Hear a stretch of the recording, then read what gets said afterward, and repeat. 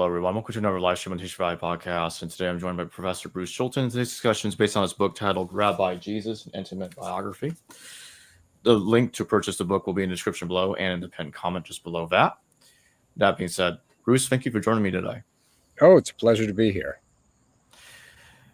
Can you tell us about the way scholars like yourself go about analyzing and handling sources when they attempt to reconstruct the historical Jesus? I think that the task of reconstruction in the case of Jesus is actually similar to other cases. And if one gets the principles of historical evaluation straight, then the way forward is relatively unencumbered. The first factor to bear in mind, I think, is that we do not have any kind of direct access to the thinking of Jesus, to the immediacy of sources. What we have are reactions to him over time. And this, generally speaking, is true of historical figures. That is, even when a historical figure keeps a diary, which of course Jesus didn't do, even when someone keeps a diary, that diary is an attempt to be remembered in a certain way. And no historian worth his or her salt would take that as being something we could simply assume. You're constantly in the position of asking yourself, what does this particular source mean? Where does it come from? Why is it saying that? How is it articulating its own point of view? And if you gather as many sources as possible which are proximate to the particular subject that you're interested in, then you could ask, what is it that that person did or said to produce the results that we can see within the historical record? All history is a form of memory. And so we're asking the question, what is it that produced this particular kind of memory? That is necessarily a matter of inference, of reasoning back from the sources we can see before us to the events and the people who produce those sources. There is no assumption that a given source should be privileged as giving us the real insight into an individual, such that everything else can be ignored. Rather, the best historical explanation is the explanation that takes account of all of the sources which are under consideration. And this is where the issue of Jesus begins to become complicated, because in the history of research, there has been a tendency to privilege certain sources and to say that whatever they assert needs to be taken as the standard of the authentic Jesus.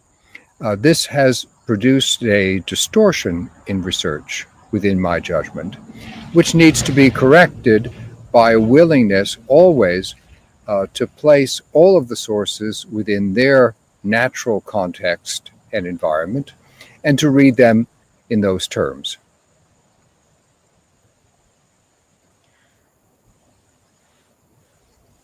And when you look at the Gospels to try to reconstruct the historical Jesus, what are the complexities that are involved in it? How does one sort out material in there that's probably not reliable or not very good, unlikely to be true, from that which is the opposite? I think in the case of the Gospels, what it is necessary to do at every stage along the way is to bear in mind that these are documents of faith written for the purpose of promoting faith. it is often said, I think falsely, should always be assumed to be innocent until proven guilty. That is, as it has been a tendency in the past to assert whatever the Gospels say is probably true unless you could show otherwise. In fact, the Gospels don't accept that standard of innocence. John's Gospel, for example, openly states that it writes so that people will believe. Why indeed should it not? And that same motivation applies to the other Gospels. In fact, it's always very useful when you're dealing with a source if that source will tell you what its particular perspective is. Then you can take that into account and use it better to assess how it might relate to your subject. An element of complexity within the Gospels is that they are not simple accounts by authors who decided over a specific number of months to read what they produced. Rather, the Gospels are collections of materials that go back to those who were developing the memory of Jesus, so that as we assess sources, we need to account for the particular streams of tradition that fed the Gospels, streams of tradition associated with, say, with Peter, with Mary Magdalene, with James, the brother of Jesus. And there is no shortcut around that process. A prominent Jesus researcher of the 1960s named Norman Perrin used to say that you cannot make a judgment about the historical Jesus until you've made judgments about the history of the traditions that speak about Jesus. Yet, many scholars of Jesus behave as if that weren't the case. And instead of tracing back from source to stream of tradition to Jesus, they attempt various shortcuts. One shortcut is simply to take one gospel or another as a standard. Another shortcut is to use what are called criteria of authenticity, which in my judgment are not criteria because traditions don't follow criteria, and they don't measure what is authentic because these traditions are, as I said, designed to promote faith, not to record with what we would consider to be historical accuracy.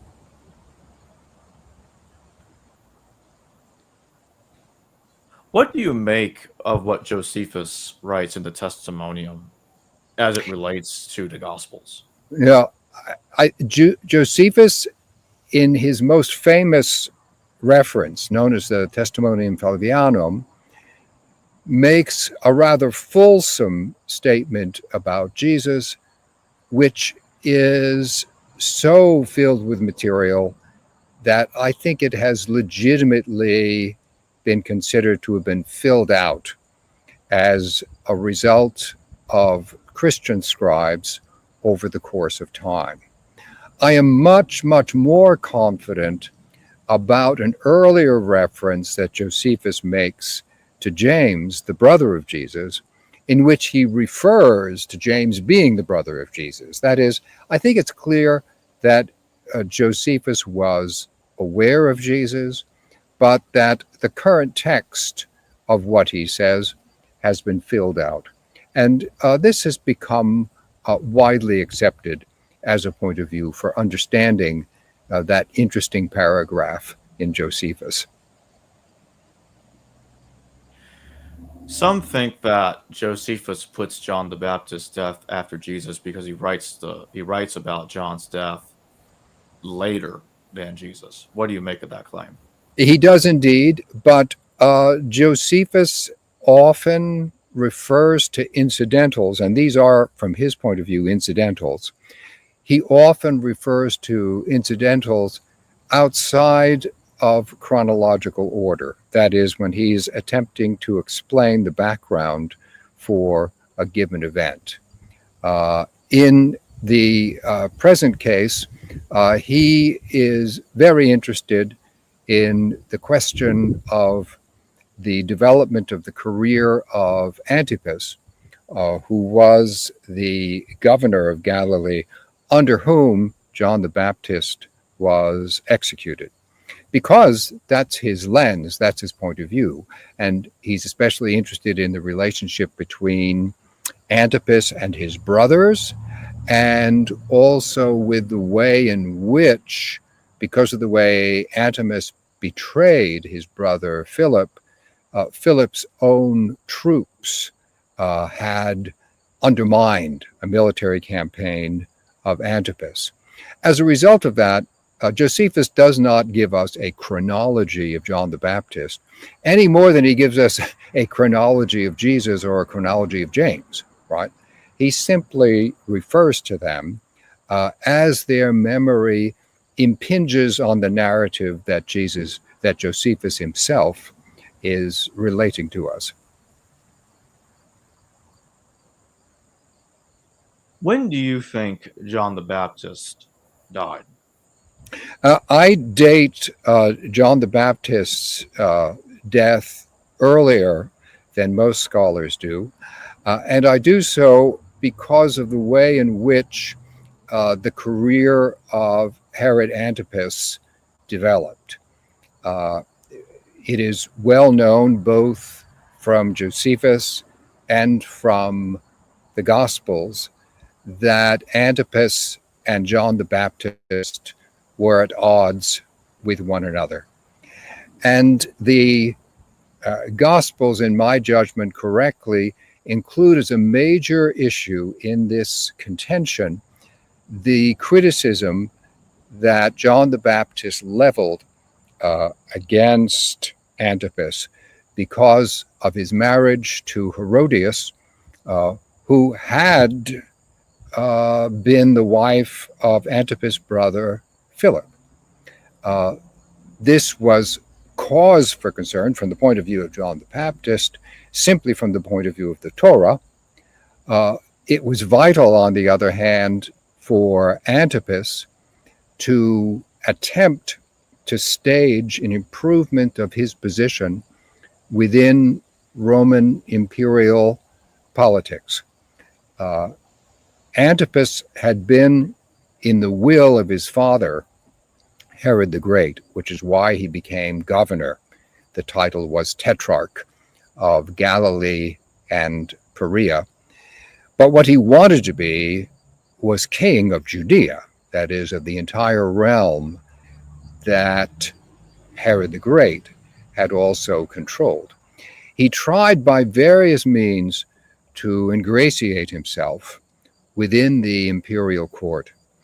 And during a period of his political career, we can see him acting very vigorously in this regard.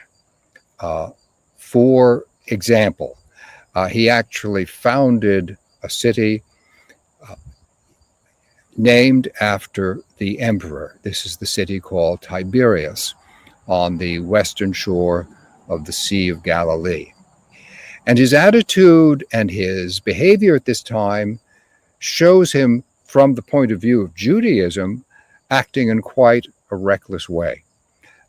During the course of building, it was discovered that there was a cemetery under part of the area that was being developed for the city of Tiberias.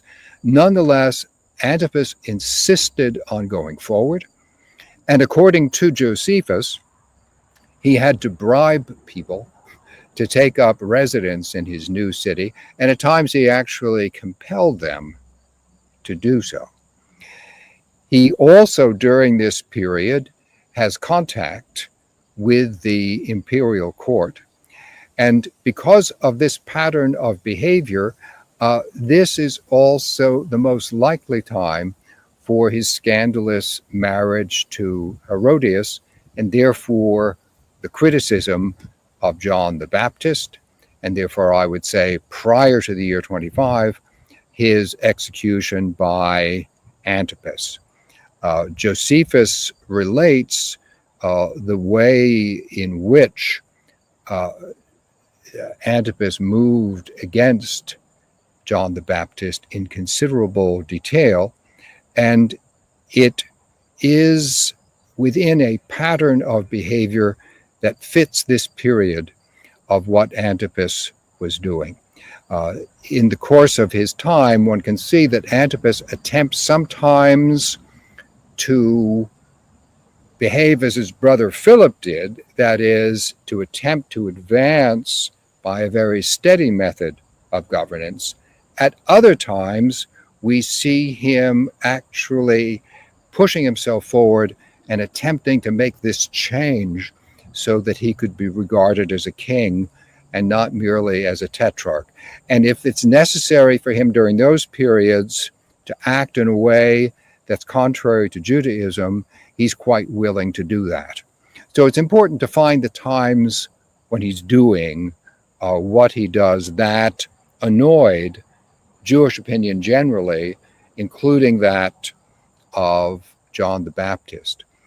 Attempting to use the Gospels alone in this process is a very questionable proposition, because the Gospels do not tell us about imperial politics. And the imperial politics of Rome were the dominant politics of this time. Nor do they tell us in detail about what the Herodian dynasty was doing. In fact, sometimes the Gospels and the book of Acts confuse one member of the dynasty with another. They will refer to Antipas as Herod, to Herod Agrippa, who was Herod the Great's grandson, as Herod. These are simple mistakes. They're referring to people as Herod in the same way the book of Exodus refers to someone as Pharaoh. That's a title. It's not really a person. So if we wish to date John the Baptist, what we need to do is to make sure that we place him within a plausible moment in the imperial politics of Rome. And at the end of his life, the same applies in the case of Jesus, because Jesus has to confront not only Pontius Pilate, who is appointed with a particular purpose when he was set up, but who has to also negotiate some considerable changes in the power structure of Rome. These are factors which were extremely important to the way in which events unfolded. They would not have occurred in the way that they did apart from the politics of the particular period.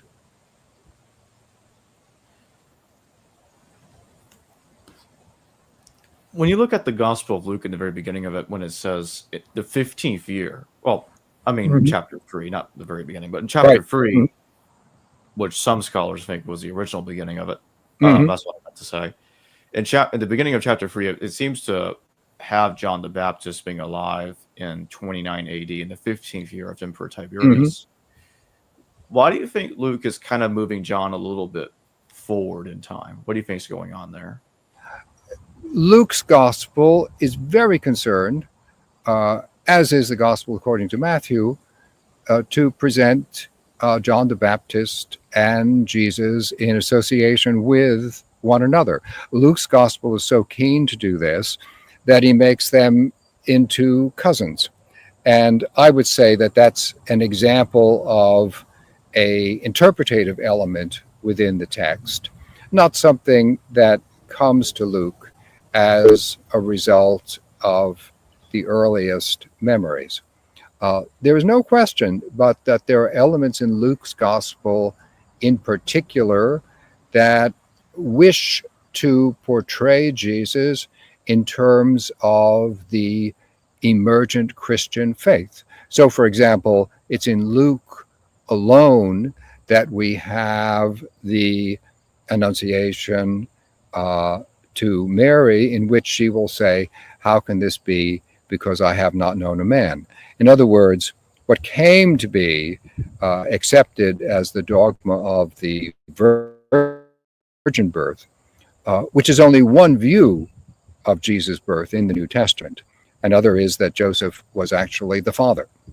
Another, reflected in John's Gospel, is that Mary had become pregnant by another liaison.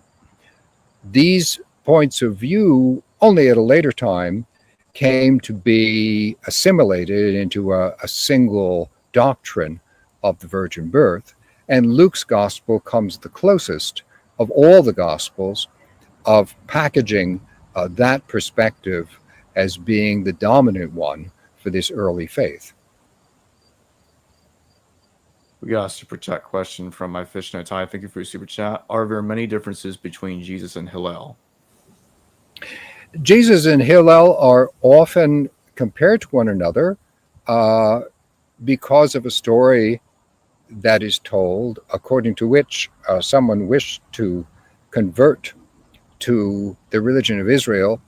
And so he came to a contemporary and competitor of Hillel's, whose name was Shammai, and asked to be converted while he, the would-be convert, stood on one foot. That is, please do this in a very short period of time. Shammai rebukes the would-be convert, throws him out, and he goes to Hillel.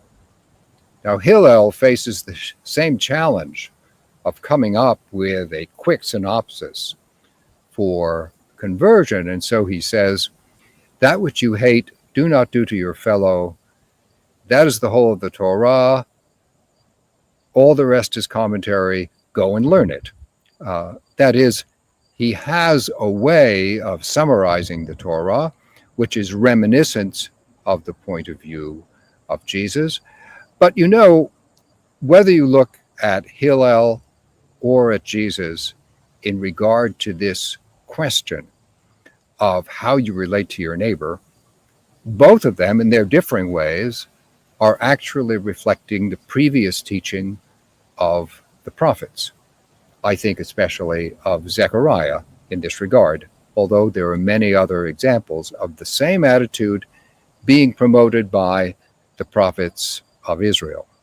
So I would say that both Hillel and Jesus were inheritors of a prophetic tradition that understood the way in which we relate to God and we relate to neighbor as being fundamental to the development of the whole of the Torah and its tradition.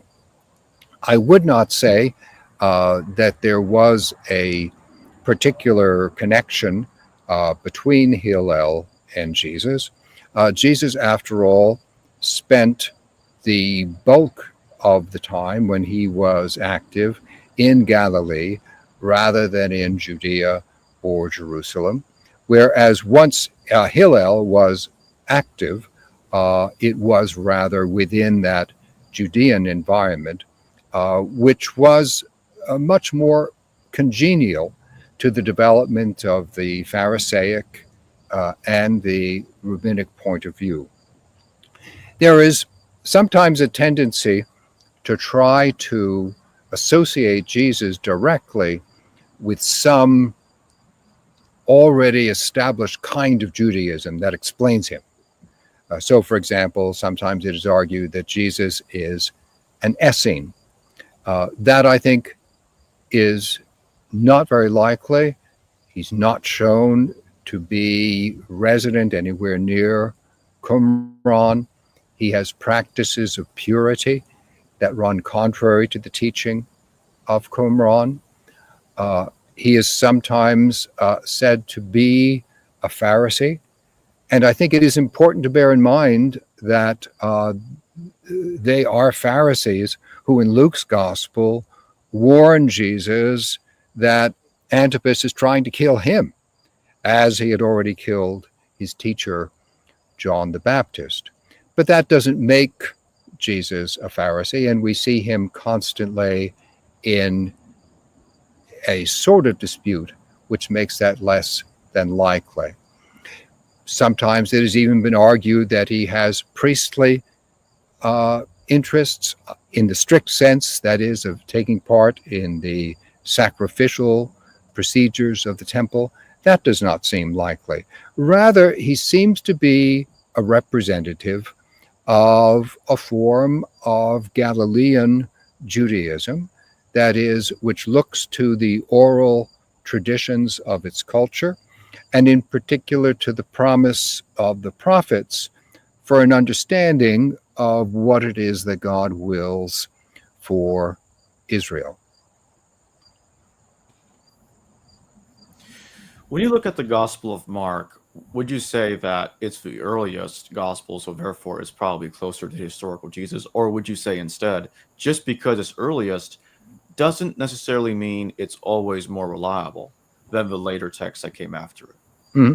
Yes, I would go with that latter position. In the sense, for example, and we've just been talking about Antipas. Luke tells us about the relationship between Antipas and Pilate in a way that no other gospel does, although Luke comes later. Well, there's a case where the later source can inform you in ways which are really very helpful. And by the way, that also counterbalances the more poetic theological tendencies that Luke reveals at the very beginning of his gospel. Similarly, the gospel according to John, which has been called since the 2nd century the spiritual gospel, that is, the gospel which sits much lighter to fidelity to tradition than it does to trying to give insight into the nature and significance of Jesus.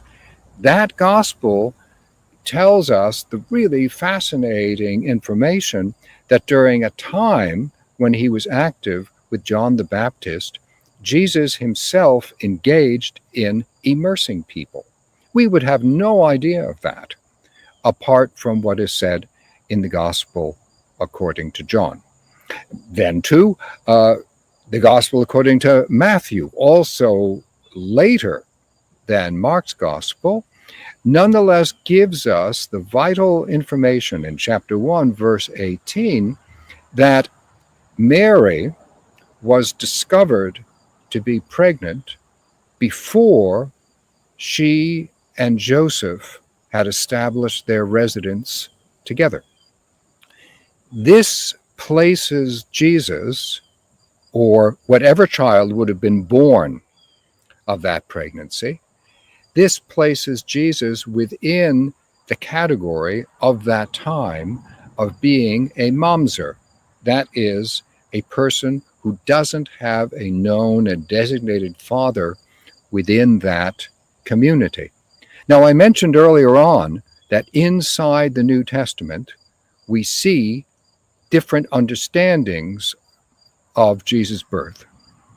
Some of his opponents, represented in John's Gospel, represent the point of view that Jesus was born of fornication. That is, that Mary had sexual relations with someone other than Joseph.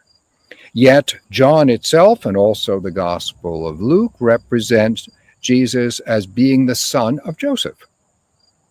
And then, of course, we also have the perspective on Jesus' birth that makes Mary a virgin at the time of the conception, especially in Luke's Gospel. Now, that raises the question, this goes back to the issue of how we do history that I was talking about at the very beginning. How is it that we have these differing points of view? Rather than just saying one is right and the others are wrong, I think the historical question is, how did these different views of Jesus' birth arise such that they are all represented in the New Testament? You can't do history just by knocking out the information that doesn't seem congenial to you. What you need to do is account for what the events and the circumstances were that produced those particular understandings. Matthew, I think, is telling us just that. What he's telling us is the particular circumstances of the couple not living together produced a conviction that Jesus should not be regarded as having a full genealogy. And for that reason, he was put into a lower caste of Israelite culture, a very well-known caste, as it happens, that of Mamzer. Although the term Mamzer already appears in the Hebrew Bible, and in particular in the book of Deuteronomy, rabbinic literature also tells us much more fully about discussion of determining when a person was and was not a Mamzer and what the consequences of that were. They could be grave. They included not being admitted into the congregation, that is, synagogue. They included not being able to marry many other people within Israel, except those who were in a similarly low caste.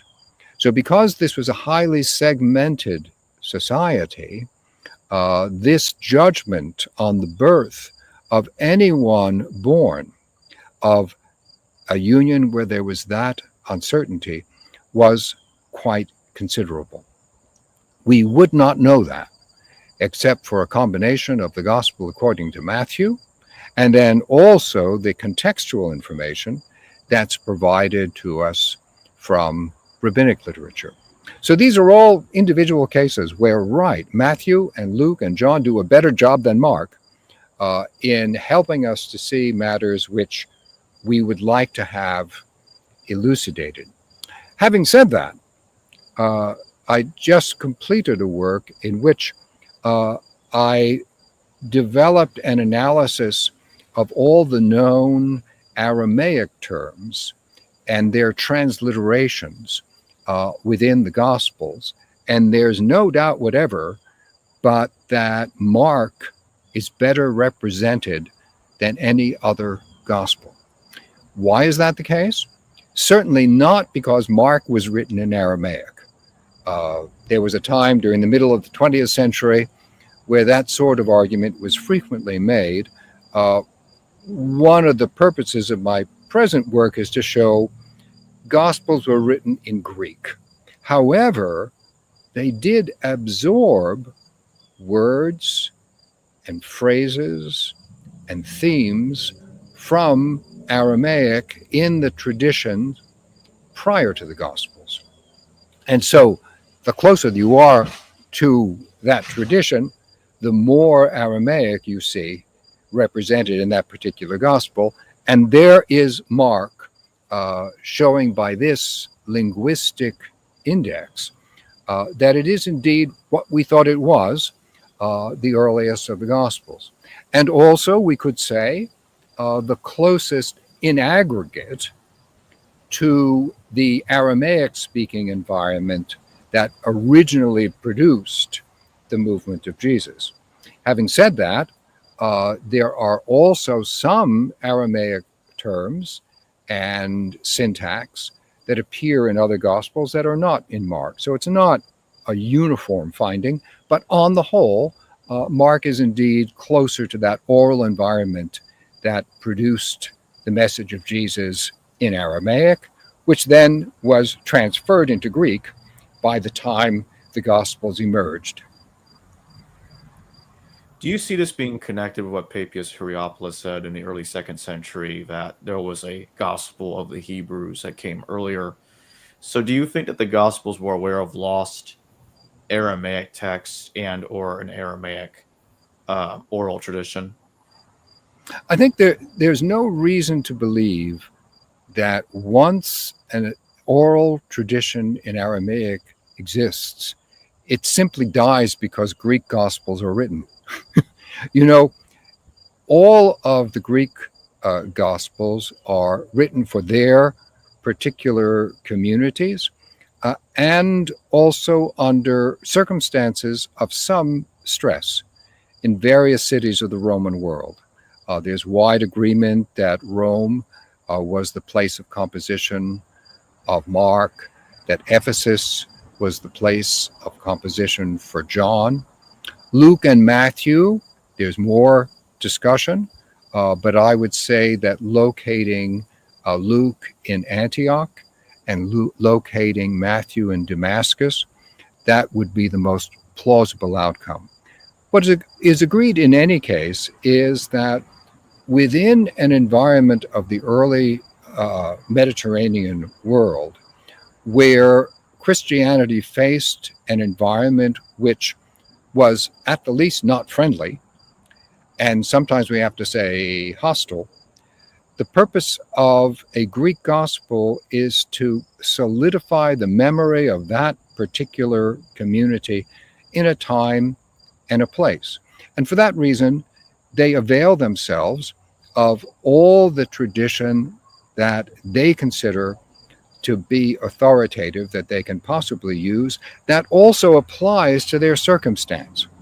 That is, the fact that a gospel is written doesn't mean that that is all that is known in that particular community. In fact, the end of John's gospel refers to there being much more that might be said which hasn't been said. That is a straightforward indication, it seems to me. And it also means that the oral streams of tradition continued to circulate in the Mediterranean world.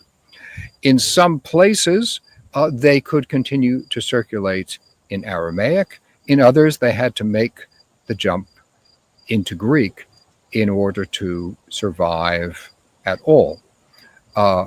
Papias, in referring to his own work, the exegesis of the Lord's sayings, says that he himself tended to trust the living voice of the tradition. That is what we would call the oral tradition. That also shows signs of being continued into the second century and beyond that. I'll give you one small example of this that I just recently referred to, and that is that when Jesus is referred to in enabling the daughter of Jairus to recover, she had apparently died, he says to her, Talitha Kumi, in Aramaic. Gospel according to Mark almost gets that right, but not quite. Instead of saying Talitha Kumi, Mark has Jesus say Talitha Kum. He speaks to her as if she were male. Well, that's a mistake.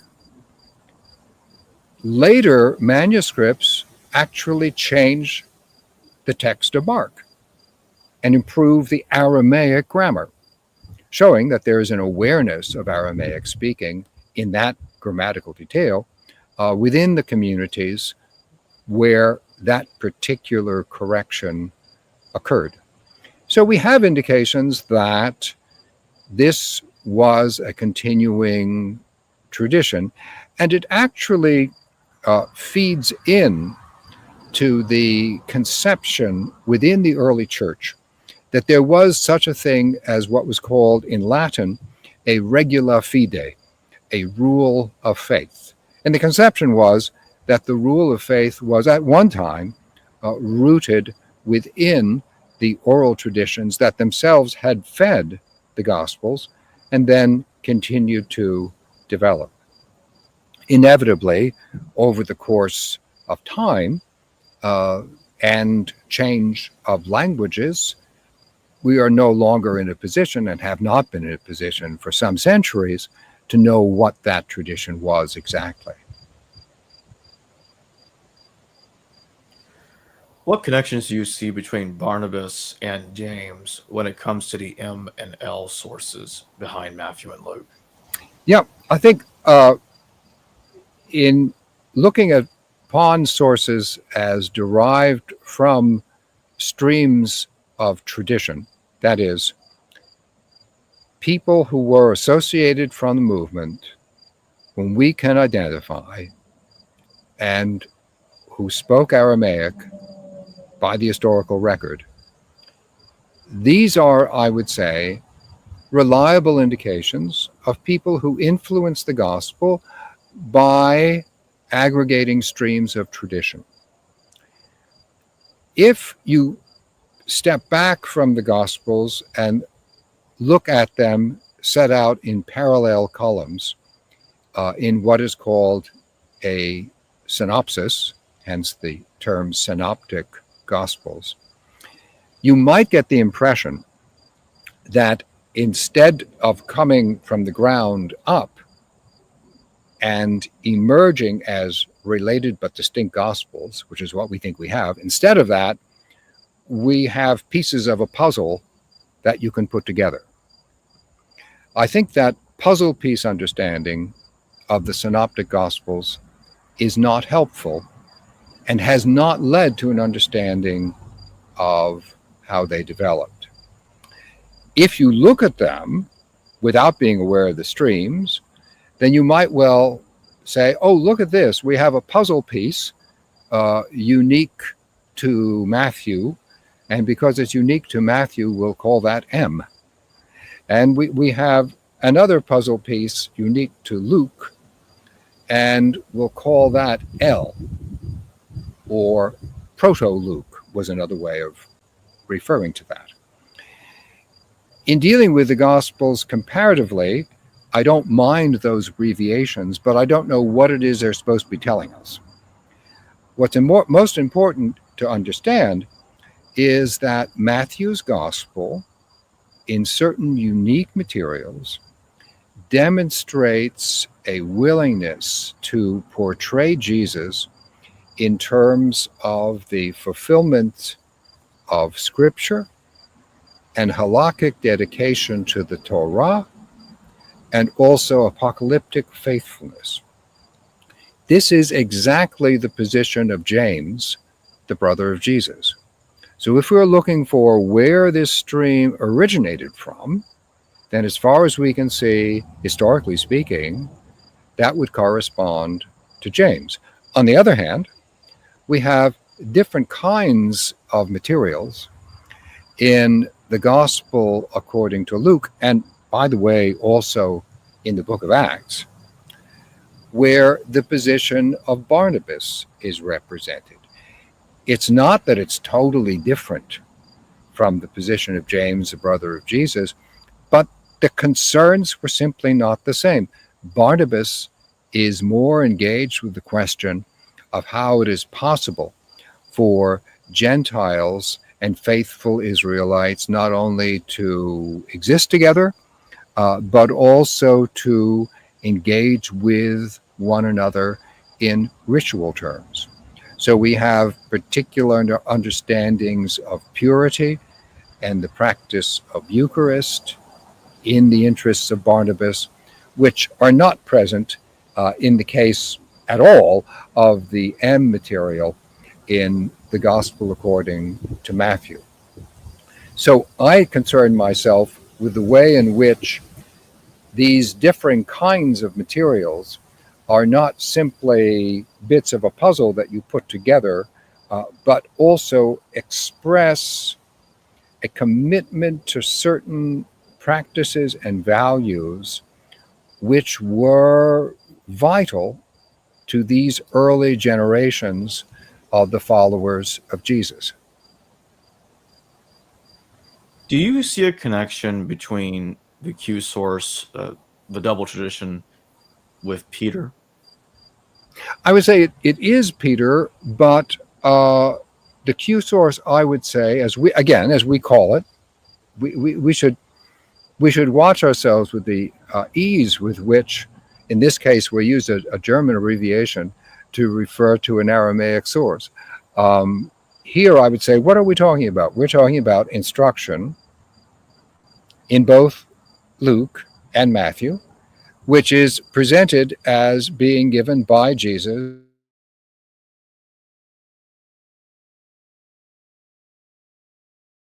a stream of tradition which is associated with their authority, and therefore that Peter is included within that, but also that Peter is subservient within it. And that's why, if you notice in the Gospels, where Peter's position is highlighted by actually putting him on the scene, he is more associated with narrative materials than he is with halakhic or verbal instruction. And when do you think that double tradition starts coming together? Starts coming together, I would say, at an early stage. And by early, I mean the 30s. I mean, taking it that Jesus' death and Paul's call, uh, where he understands himself to take on a prophetic commission on behalf of Christ. That occurs, and he is put back in the scene in Jerusalem, consulting with both Peter and with James, brother of Jesus. This according to Paul's letter to the Galatians. That meeting occurs in the year 35, and it appears to be when already Paul becomes aware with materials which in turn we can compare to some elements within the Synoptic Gospels. He is familiar with certain teachings of Jesus. He's familiar with the story of Jesus' baptism, which is represented in what he says about the meaning of baptism. He's aware of traditions concerning the Eucharist. And these are all indications that these streams of tradition were coming together at an early period. They weren't yet being tied together formally, but people such as Paul and Barnabas and other individuals were the first vehicles for having these differing streams of tradition come together and begin to form much larger cycles of tradition. And the final result of that was also the formation of Gospels. Fishing Ty, thank you for your super chat. Is Christianity a sect of Judaism, not new religion? I would say that in its earliest form, uh, it would be understood by most observers as being a form of Judaism, and that also the practitioners would articulate it as being a matter of practicing the way of Israel, so that it does not take on the claim of being a new religion until a later period.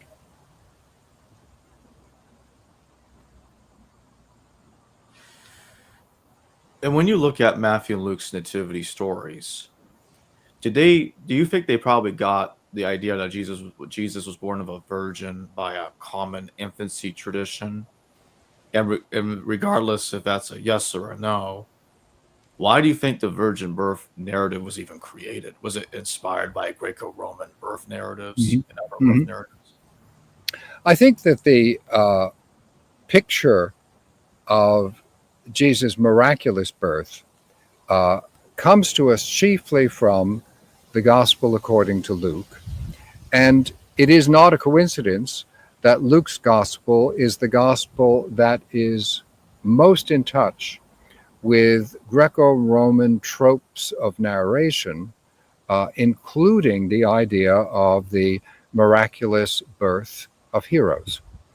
So that in my mind, there is a connection between that presentation of materials and the attempt in the Gospel according to Luke to resolve the discrepancies about Jesus' birth with the conception of the virgin birth.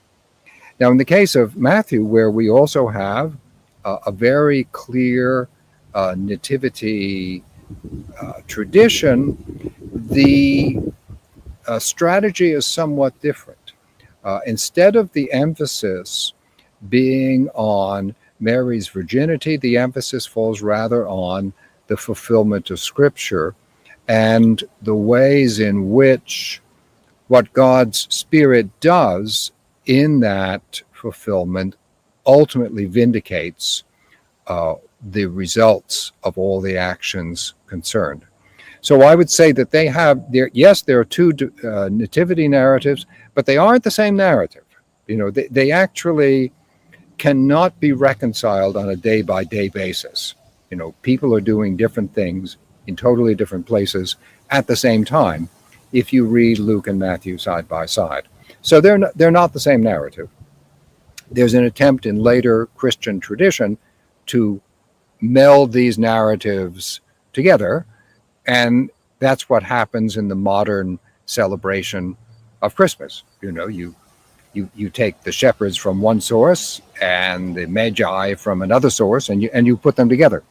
Well, that's understandable, but of course, if we're asking an historical question, then this seems less and less plausible, and it seems more likely that both Gospels, in their different ways, are attempting to use the materials they have at their disposal in order to present their own understanding of Jesus. In this case, I don't think it requires a common tradition of a virgin birth. I think it only requires a common problem of the knowledge that they knew Jesus was considered to be a mamzer, and that therefore they wanted to resolve that question. One early way to do it was simply to say, wherever they were living, Joseph was in fact the father. That was the solution of John's gospel, and it also appears in Luke. But the beginning of Luke's gospel opts for the different solution.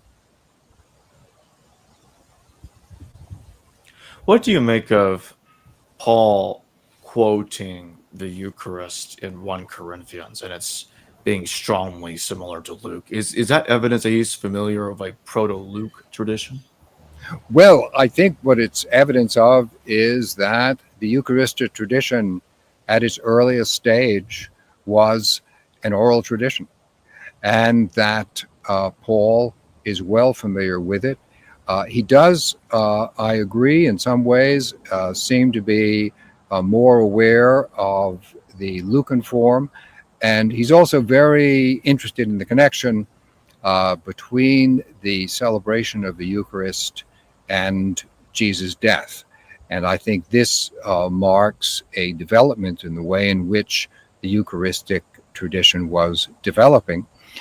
Bear in mind as well that also in his first letter to the Corinthians in chapter 15, Paul gives a list of those by whom the risen Jesus was seen. And that list provides a very fulsome account of the oral tradition available to Paul at the time he was writing, the case of Corinthians, around the year 56. So by that time, the oral tradition was very clearly well known, and known, at least by means of Paul, to people in Corinth. Because when he names these people, Peter, James, the brother of Jesus, the more than 500 brethren, when he names these people, he apparently expects them to understand to whom he's referring.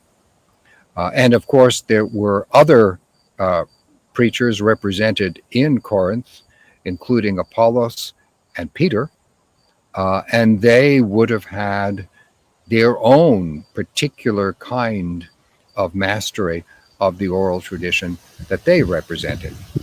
So these communities must have been extremely interesting places where you have differing relationships to many people called apostles, other teachers not called apostles, but they all have got distinctive understandings of the oral tradition that should be followed.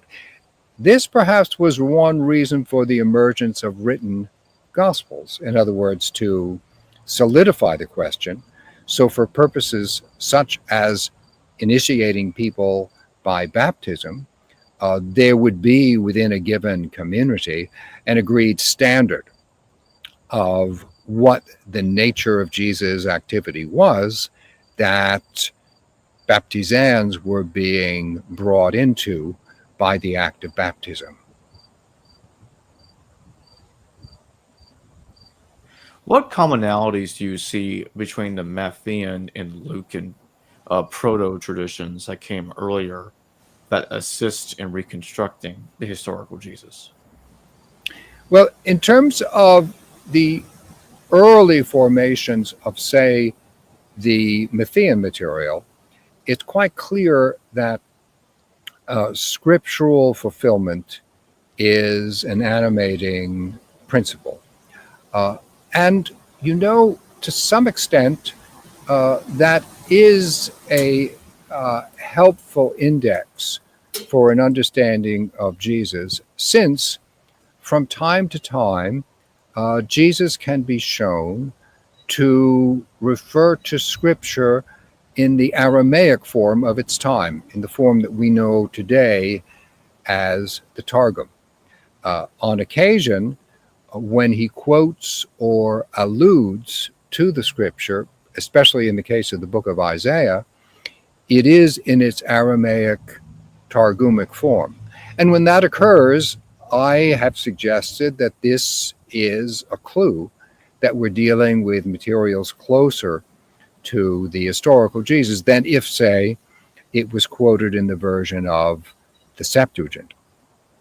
Luke, on the other hand, in its development of its early material, inclines much more to a tradition of the inspired psalm.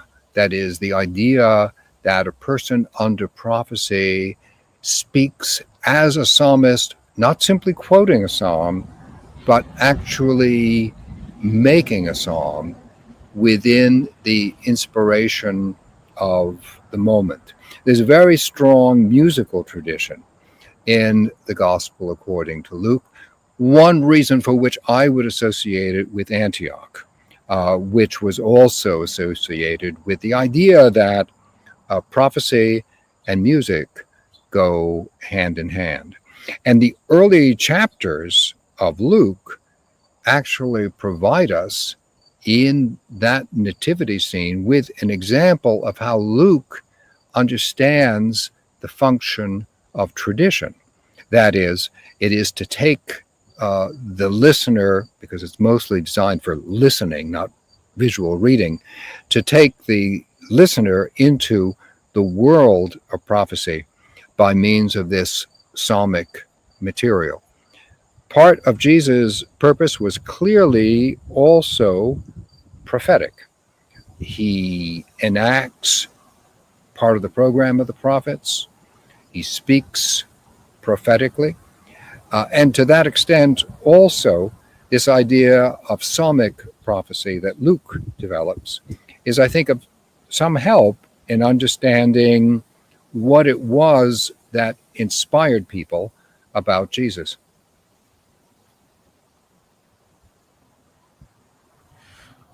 What do you suspect that the original core teachings of Jesus were? I think that they revolved around certain key themes that he clearly articulates and that we can see reflected across the Gospels. They concern what he called the kingdom of God. They concern the issue of purity, that is, what regulates relations among people. It concerned questions of celebration at mealtime. It concerned a really dedicated emphasis upon forgiveness, both receiving forgiveness and extending forgiveness. And it included an emphasis on the concept of judgment, on the way in which God's quest for justice resulted in positive action on his part. These, I think, are the grounding themes that you can see running through all the material that can be plausibly related to Jesus. Now, in all these cases, also, you can see marked indications of variation. That is, as Jesus was remembered and as his memory was curated in different places and developed, it resulted also in differences within these presentations. And therefore, one of the functions of the historian is to pose the question, well, is there a way, again, by means of inference, to understand what the position of Jesus must have been in order to bring about this not uniform and yet at the same time coherent group of thematic emphases. And when do we start seeing the teachings of Jesus being altered and embellished? Virtually, I would say, from the moment they were remembered. One reason for this is that Jesus' life was ended suddenly.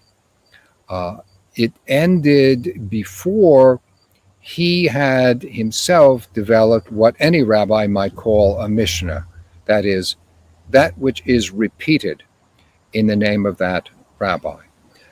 Jesus' teachings were certainly recalled, but they hadn't yet been formally put together by him.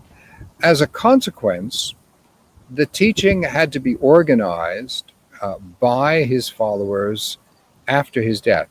Yes, they had already engaged in some memorization, but it had not yet become authoritative. And the process by which the streams of tradition were gathered together and ultimately formed gospels, that was the process of authorization. It all had to take place after his death.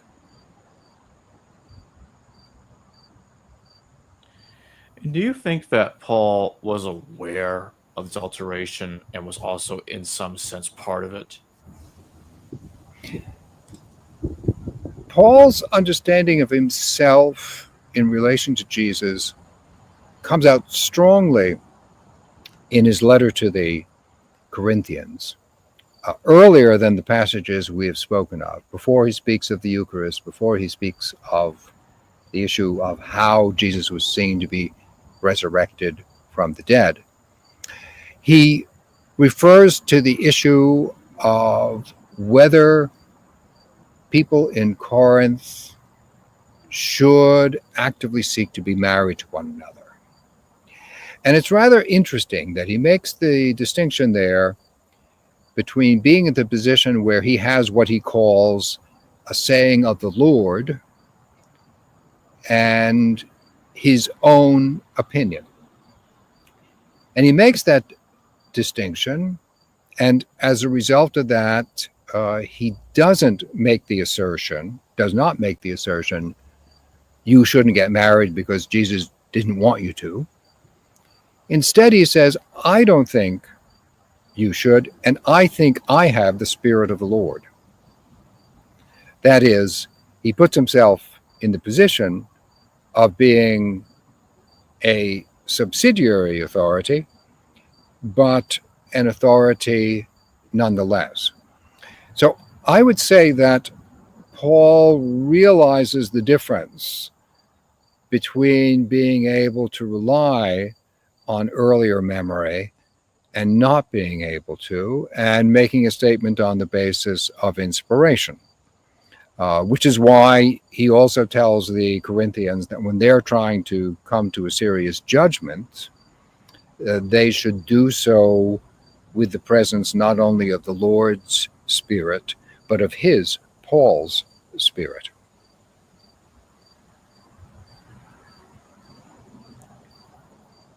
And in my final question,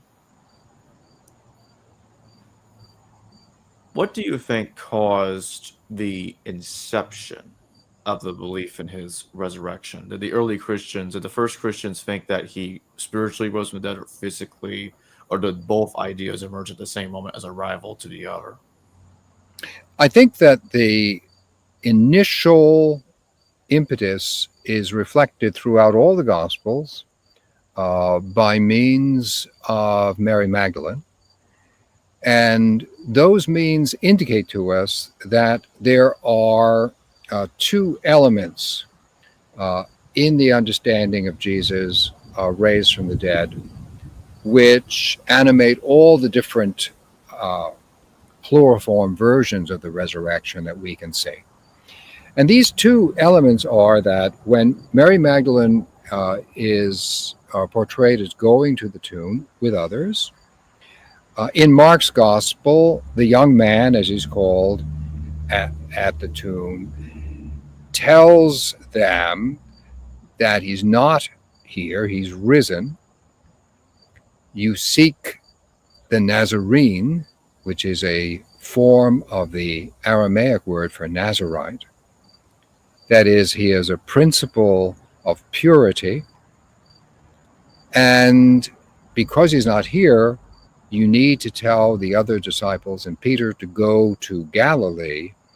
There they will see him.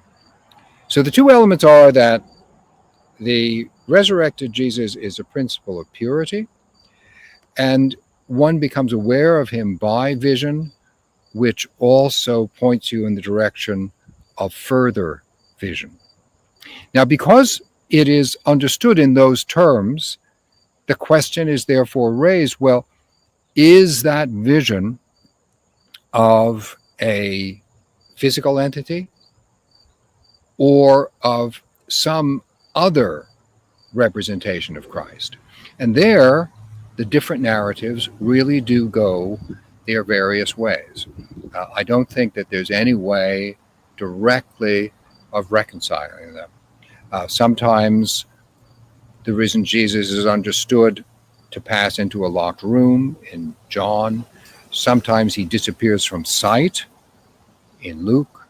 Sometimes he physically eats a meal, also in Luke. So what we can see is within Gospels and across Gospels, there are differing conceptions of what it means for Jesus to be raised from the dead. But in each case, it's understood to be a matter of a person's vision and of Jesus' purity, such that this experience of the resurrection gives that person a particular imperative, which is to be followed through as a result of the contact with Jesus. I'd like to remind everybody real quick that the link to purchase Rabbi Jesus will be in the description below and a pinned comment just beneath that. That being said, Bruce, thank you very much for joining me today. It's been my pleasure, Jacob. Take care.